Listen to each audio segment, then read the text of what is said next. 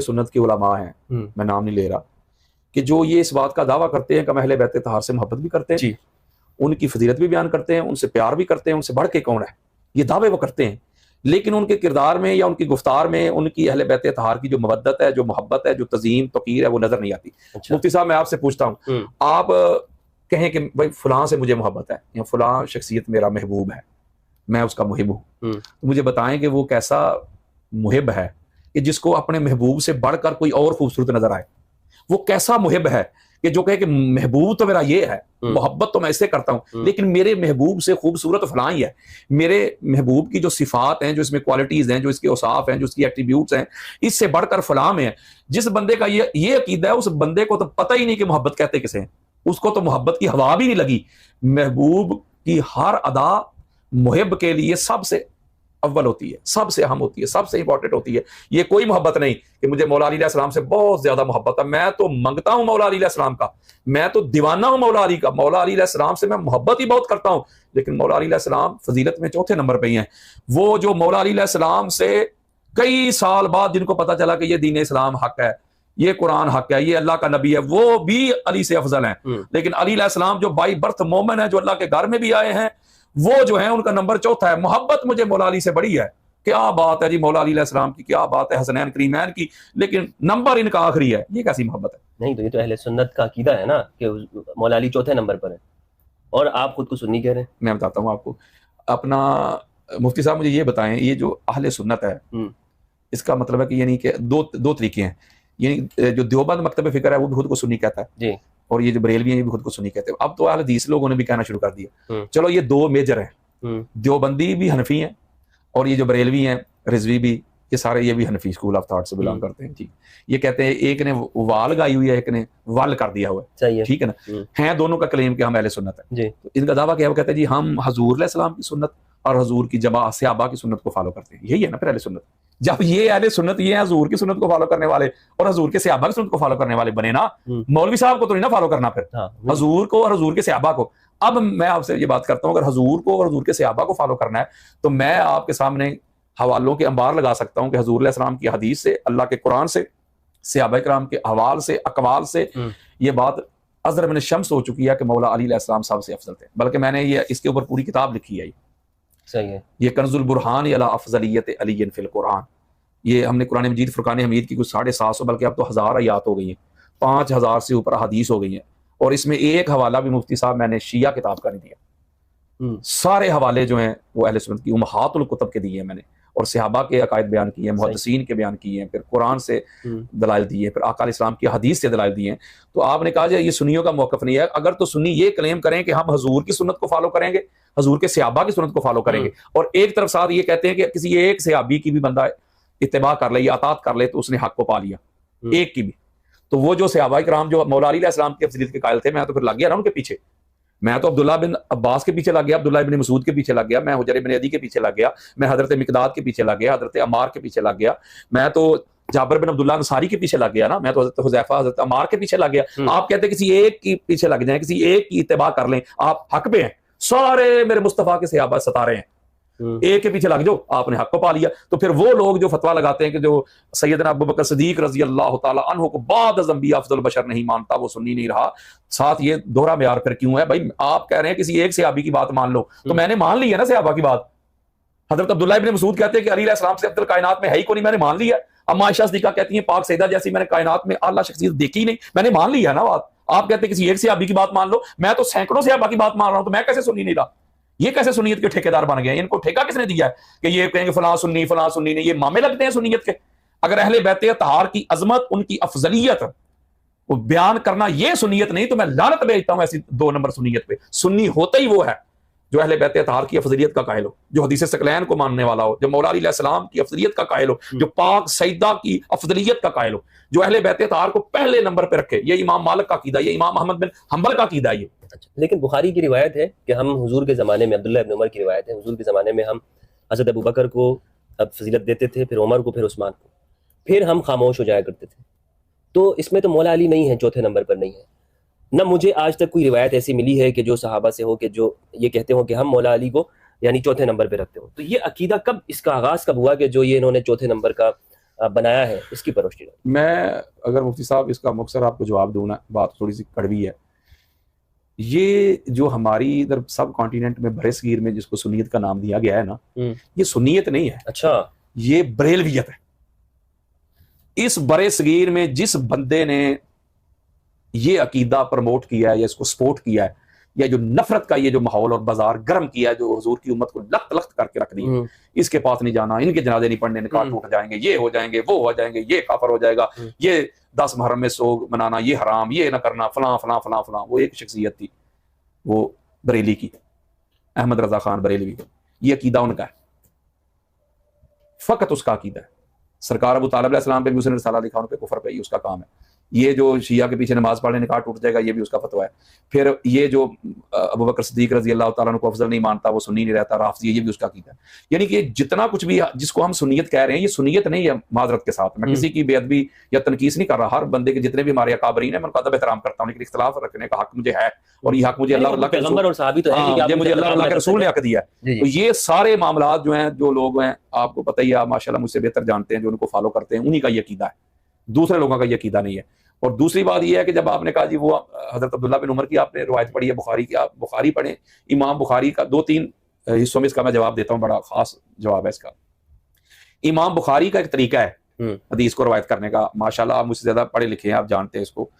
امام بخاری کا اپنا یہ طریقہ ہے کہ وہ ایک روایت کو جب لیتے ہیں نا تو مختلف جگہ پہ 4-5 دفعہ اس کو رپیٹ کرتے ہیں، اور جب رپیٹ کرتے ہیں نا اس میں تو وہ اگلی جگہ پہ جب کریں گے تو بالکل آدھی کر جائیں گے، اس سے آگے جائیں گے پھر اس سے آدھی کر دیں گے۔ میں آپ کو 20 ان کی روایات نکال کے دکھا سکتا ہوں کہ بندہ ڈائریکٹ وہ جس نے دوسری نہیں پڑھی ہوئی سیدھی جا کے وہ پڑھ لے، اس کو سمجھ نہیں لگے گی امام بخاری کس کی بات کر رہے ہیں، کیا بات ہو رہی ہے، تو بات سمجھ میں نہیں آ رہی، نہ کوئی اس کا سیاق ہے، نہ کوئی سباق ہے، نہ کوئی ریفرنس، نہ کانٹیکسٹ کا، سمجھ ہی نہیں آئے گی اس کو، جبکہ امام بخاری اس کو پوری کو پہلے بیان کر چکے ہوتے ہیں۔ یہ جو عبداللہ بن عمر والی روایت ہے نا، میں آپ کو بتاتا ہوں، اس کو امام ابن جوزی نے بھی لیا ہے، سبت ابن جوزی نے بھی اس کو لیا ہے، دیگر کتب اہل سنت میں بھی یہ روایت موجود ہے، وہی جو امام احمد بن حنبل والی روایت ہے۔ اور یہ عبداللہ بن عمر سے بھی پوچھا گیا تو حضرت عبداللہ بن عمر نے آگے سے کہا تھا، یہ ہم ابو بکر صدیق کو سب سے بہتر کہا کرتے تھے، یہی بالکل، لیکن انہوں نے کہا تھا کہ اس میں علی علیہ السلام کو ہم شامل نہیں کرتے تھے، اس لیے کہ علی علیہ السلام تو اہل بیت ہیں، ہم تو بات کر رہے ہیں کہ صحابہ کی، ہم صحابہ کے بارے میں یہ باتیں کہا کرتے تھے، علی علیہ السلام اس میں ہم شامل نہیں کرتے تھے، چونکہ علی علیہ السلام کو ہم حضور علیہ السلام کی اہل بیت طہار میں شامل کرتے تھے۔ اور یہی امام احمد بن حنبل سے جب ان کے بیٹے نے پوچھا ہے، انہوں نے بھی یہی جواب دیا ہے، اور یہی عبداللہ بن، بلکہ اس کتاب میں نے لی ہوئی ہے وہ روایت عبداللہ بن عمر والی، ابھی میں نکال کے دے سکتا ہوں آپ کو، وہ روایت جو امام بخاری نے آدھی بیان کی ہے نا، وہ دیگر ہماری اہل سنت کی کتابوں میں پوری بیان ہے، اس میں بالکل واضح ہو گیا، کلیئرٹی مل گئی کہ مولا علی علیہ السلام کو اس میں شامل قیاس ہی نہیں کیا جا سکتا، کیونکہ وہ اہل بیت اطہار کے شہزادے ہیں، تو لہٰذا وہ بات کر رہے تھے صحابہ کی۔ اور اگلی بات، جب میں نے ایک اور بات آپ کو شروع میں کہہ دیا کہ جب صحابہ میں بھی اس بات میں اختلاف تھا تو کسی ایک کی بات کو لے کے دلیل بنا کے بندہ دوسرے پہ بندہ لاٹھی لے کے پیچھے لگ جائے۔ بھائی اگر صحابہ کرام کا آپس میں اختلاف ہے، کوئی صحابی کچھ کہہ رہا ہے، کوئی صحابی کچھ کہہ رہا ہے، کوئی صحابی کچھ کہہ رہا ہے، تو آپ کہہ رہے ہیں کسی ایک صحابی کی بات بھی مان لو تو ٹھیک ہے، جس کا مطلب اندر صحابہ بھی تو پر اجماع تو کوئی نہ ہوا، ایک صحابی کچھ کہہ رہا ہے۔ میں آپ کو یہ بھی بتا دیتا ہوں، سیاستہ میں کوئی صحابہ ایسے تھے وہ سرکار عباس بن عبد المطلب کو افضل مانتے تھے، اور کئی ایسے تھے وہ اپنا جعفر طیار کو مانتے تھے۔ اب میں کدھر آپ کو لے کے جاؤں، تو لہٰذا یہ پھر صحابہ کے یہاں بھی پھر ذنی مسئلہ بن گیا نا۔ تو یہ کس حق سے کہتے ہیں کہ جو ابو بکر صدیق کو بعد از انبیاء افضل نہیں مانتا، وہ سنی نہیں، وہ گمراہ ہے؟ تو پھر میں آپ پڑھتا جاتا ہوں نا روایتیں، تو یہ فتوے لگاتے جائیں کہ پھر کون کون ان کی فتووں کی زد میں آئے گا، پھر تو کسی صحابی کی عزت نہیں بچے گی۔ دوسری اگلی بات تھوڑی سی سخت ہے، اگر آپ اجازت دیں تو کر دوں۔ عبداللہ بن عمر جو ہیں رضی اللہ تعالیٰ عنہ، ہر صحابی کا ایک اپنا ذوق ہوتا ہے، یہ جو ان کا جو ذوق ہوتا ہے نا، ہر صحابی کا اپنا ذوق تھا۔ مثلا میں دلیل دیتا ہوں، بے شمار صحابہ ایسے ہیں جو مولا علی علیہ السلام سے بڑی محبت کرتے تھے، شدت کے ساتھ، صحابی حضور کے تھے لیکن مولا علی سے اتنی محبت کرتے، جن میں حضرت بلال ہیں، حضرت سلمان ہیں، حضرت ابو ذر ہیں، حضرت مقداد ہیں، عمار بن یاسر ہیں، حذیفہ بن یمان ہیں، حجر بن عدی ہیں، انہوں نے جانیں قربان کر دی ہیں، محبت تو تھی نا، یعنی ان کا ذوق یہ تھا۔ عبداللہ بن عمر کا معذرت کے ساتھ واللہ باللہ تاللہ، یہ اپنے سننے والوں کو کہہ رہا ہوں، میں حلفاً کہہ رہا ہوں، میرے دل میں، میرے وہم میں، گمان میں کسی صحابی کی رتی برابر بھی گستاخی کا شائبہ تک نہیں ہے، لیکن حالات وہ ہیں نا، نہ جانے کون مار دے کافر کہہ کے شہر کا شہر ہی مسلمان بنا پھرتا ہے۔ حضرت عبداللہ بن عمر کا جو ایک ذوق ہے نا، وہ بنو امیہ کی طرف تھا، رجحان اس کی طرف ہے۔ آپ کو پتہ ہے ہماری صحیح بخاری میں لکھا ہوا ہے کہ جب یزید پلید کی بیعت ہو رہی تھی تو سب سے پہلے عبداللہ بن عمر نے بیعت کی نہیں تھی، بلکہ جب یہ واقعہ ہررا ہوا ہے اس کے باوجود جب لوگوں نے اس کی اس لعنتی کی، اس پلید غلیظ کی جب بیعت توڑی ہے، تو اس وقت بھی عبداللہ بن عمر، میں بخاری دے رہا ہوں، بخاری کے ٹھیکیداروں کو، عبداللہ بن عمر نے اس وقت بھی کہا تھا کہ یزید کی بیعت توڑنا ایسے جیسے اللہ کے رسول کی بیعت توڑنا ہے۔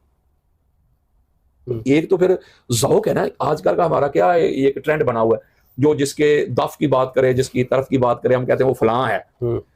وہ فلاں ہے. کوئی مولا حسین سے محبت کی بات کرے تو ہم کہتے ہیں یہ حسینی ہے، تو کوئی یزید کے دف کی بات کرے تو ہم کہتے ہیں یزیدی ہے. تو اس کا مطلب یہ ہوا کہ ایک رجحان ہوتا ہے، ایک بندے کا ذوق ہوتا ہے. تو لہٰذا اگر انہوں نے کہا بھی ہے تو بھائی ان کی بات کون سا قرآن حدیث ہو گئی؟ اگر ایک عبداللہ بن عمر یہ کہہ رہے ہیں، دوسرے صحابہ یہ کہہ رہے ہیں، تو وہ میری بات سنیں قبلہ، عبداللہ بن عمر کی بات جو ہے وہ ہمارے لیے کوئی قرآن حدیث بن گئی ہے کہ وہ کہا کرتے تھے؟ تو وہ تو صحابہ کی بات کر رہے ہیں، اگر کہا بھی کرتے تھے تو صحابہ کی بات کرتے تھے. دیگر صحابہ مولا علیہ السلام کی افضلیت کرتے، اور صحابہ سے اوپر 2 درجے گزر چکے ہیں. اللہ کا قرآن ہے اور مصطفیٰ کا فرمان ہے، پھر اس کے بعد نیچے آئیں گے صحابہ کی طرف. اللہ کا قرآن اور مصطفیٰ کا فرمان. میں آپ کے سامنے 1000 قرآن مجید فرقان حمید کی آیات سے استدلال پیش کر سکتا ہوں مولا علیہ السلام کی افضلیت پہ، اور احادیث مبارکہ آقا علیہ الصلوۃ والسلام کی 1000 احادیث پیش کر سکتا ہوں مولا علیہ السلام کی افضلیت پہ. یہ شرف، یہ فضیلت، یہ خصلت کائنات میں کسی اور کے حصہ میں آئی نہیں ہے جو مولا علیہ السلام کو ملی ہے، اللہ اور اللہ کے رسول نے عطا کی ہے. تو یہ جو کہتے ہیں کہ جو اس عقیدے کو نہیں مانتا ہے وہ سنیت سے نکل جاتا ہے، یہ آپ کا مقصد، آپ کا کہنے کا مطلب یہ ہے کہ یہ صرف بریلویوں نے اس کو ہاں جی، بریلویت سے نکل جاتا ہے. اچھا، بریلویت سے، سنیت سے تو نہیں. یہ دیوبندیوں کے نزدیک بھی تو یہی بات ہے نا، وہ بھی تو یہی کہتے ہیں. اس کا بھی میں آپ کو بتاتا ہوں. سارے سنی ہے یہ اصل میں اس کی وجہ مین پتہ کیا ہے، میں مین ایک بات آپ کو بتا دوں، اور یہی جینون بات ہے. کیونکہ جب آپ پیچھے جائیں گے نا، آپ پیچھے چلے جائیں اوپر، مجھے کوئی بندہ دکھا دے کہ صحابہ کے زمانہ میں یا تابعین کے زمانہ میں، بلکہ تبع تابعین کو بھی شامل کر لیں، کہ اس طرح جو آج کل کے حالات بنے ہوئے ہیں صحابہ نے یا تابعین نے لے کے ایسے شخصیات کو، اہل بیت اطہار کو، صحابہ کو آمنے سامنے کھڑا کر کے ان کا تقابل کیا. کسی صحابی نے کہا نہیں یہ افضل ہے، وہ کہہ رہا نہیں یہ افضل ہے، اس کے اوپر ان کو سامنے کر لیا. یا جن کو یہ افضل کہہ رہے ہیں، حضرت ابوبکر صدیق ہو یا حضرت عمر بن خطاب ہو یا عثمان بن عفان ہو، یہ تینوں خلفاء جن کو یہ افضل کہتے ہیں مولا علیہ السلام سے، ان تینوں نے کہا ہو کسی مقام پہ کہ میں علی سے افضل ہوں، یا میں بی بی فاطمہ الزہرا سلام اللہ علیہا سے افضل ہوں. وہ تو اللہ کے بندو، ذرا ان کو سوچنا چاہیے، وہ بندے تو کہاں تھے، کہاں وہ گم تھے، مجھے بتائیں نا. کفر و شرک میں پڑے ہوئے تھے. تو آقا علیہ الصلوۃ والسلام ان کو صراط مستقیم پہ لے کے، آقا علیہ السلام نے ان کو توحید کا تصور دیا، کنسپٹ دیا. تو وہ لوگ تھے جو ماں کو جا کے منڈیوں میں بیچ دیتے تھے. کون لوگ؟ یہ جتنے بھی لوگ تھے اس وقت جو بعد میں صحابہ بن گئے ہیں، جو اچھا وَإِن من قبل فی ضلال مبین، قرآن نے کہا ہے اگرچہ یہ پہلے ضلال مبین میں تھے. قرآن نے بھی کہہ دیا. اور آپ ظہور اسلام سے پہلے عرب کی حالت پڑھ کے دیکھ لیں، کہاں سے جہاں سے آپ جی چاہتا ہے پڑھ کے دیکھ لیں کیا حالات. لیکن یہ تو حضرت ابوبکر رضی اللہ عنہ کے حوالے سے کہا جاتا ہے نا کہ ان کا جو خاندان تھا انہوں نے کبھی بت کو سجدہ نہیں کیا، یہ کبھی مشرک نہیں رہا. یہ ان کا جو خاندان ہے، اب وہ جو معاملات ہیں اس پہ پھر ہم نیگیٹو چلے جائیں گے. میں نہیں چاہتا کہ اس پر میں بات کرنا چلیں، ٹھیک ہے، کیونکہ یہ ایک ہی خاندان ہے جو خاندان بنو ہاشم میں سے ہے. چونکہ یہ آقا علیہ السلام کی بے شمار حدیث بھی ہیں، جامع ترمذی میں بھی یہ حدیث بڑی معروف ہے. ان اللہ خلق الخلق فجعلنی فی خیرہم فرقۃ ثم جعلهم فرقتین فجعلنی فی خیرہم فرقۃ ثم جعلهم قبائل فجعلنی فی خیرہم قبیلۃ ثم جعلهم بیوتا فجعلنی فی خیرہم بیتا وخیرہم نسبا. اللہ نے طبقات بنائے، سب سے اعلیٰ طبقہ میرا بنایا. پھر اللہ نے قبیلے بنائے، سب سے اعلیٰ قبیلہ ہمارا بنایا. اللہ نے گھرانے بنائے، خانوادے بنائے، سب سے اعلیٰ گھرانہ ہمارا بنایا. پھر اللہ نے حسب نسب بنائے، سب سے اعلیٰ حسب نسب ہمارا بنایا. پھر جو جامع ترمذی میں روایت ہے، دیگر کتب میں بھی ہے کہ آقا علیہ السلام فرماتے ہیں ان اللہ اصطفیٰ کنانۃ من ولد اسماعیل. مسلم میں ہاں جی، اللہ نے جو ہے نا اسماعیل علیہ السلام کی اولاد میں سے کنانہ کو چن لیا. تو واصطفیٰ قریش من کنانہ تھا، پھر کنانہ میں سے قریش کو چن لیا. ٹھیک ہے، واصطفیٰ بنی ہاشم من قریش، پھر قریش میں سے بنی ہاشم کو چن لیا. سب سے اعلیٰ، یعنی یہ سب سے خصوصیت صرف اسے صرف بنی ہاشم کے پاس تھی. اور انہی کے پاس تو تسلسل چلتا آ رہا تھا. میں آپ کو اوپر سے لے کے بنی ہاشم کا یعنی کہ آخری چراغ تک لا سکتا ہوں آپ کو پورا تسلسل کے ساتھ. یار انہی کے پاس خانہ کعبہ تھا، سارا معاملات انہی کے پاس تھے، یہی ان کے متولی تھے، یہی ان کے پاس، یہی کلید بردار تھے، انہی کے پاس چابیاں تھی.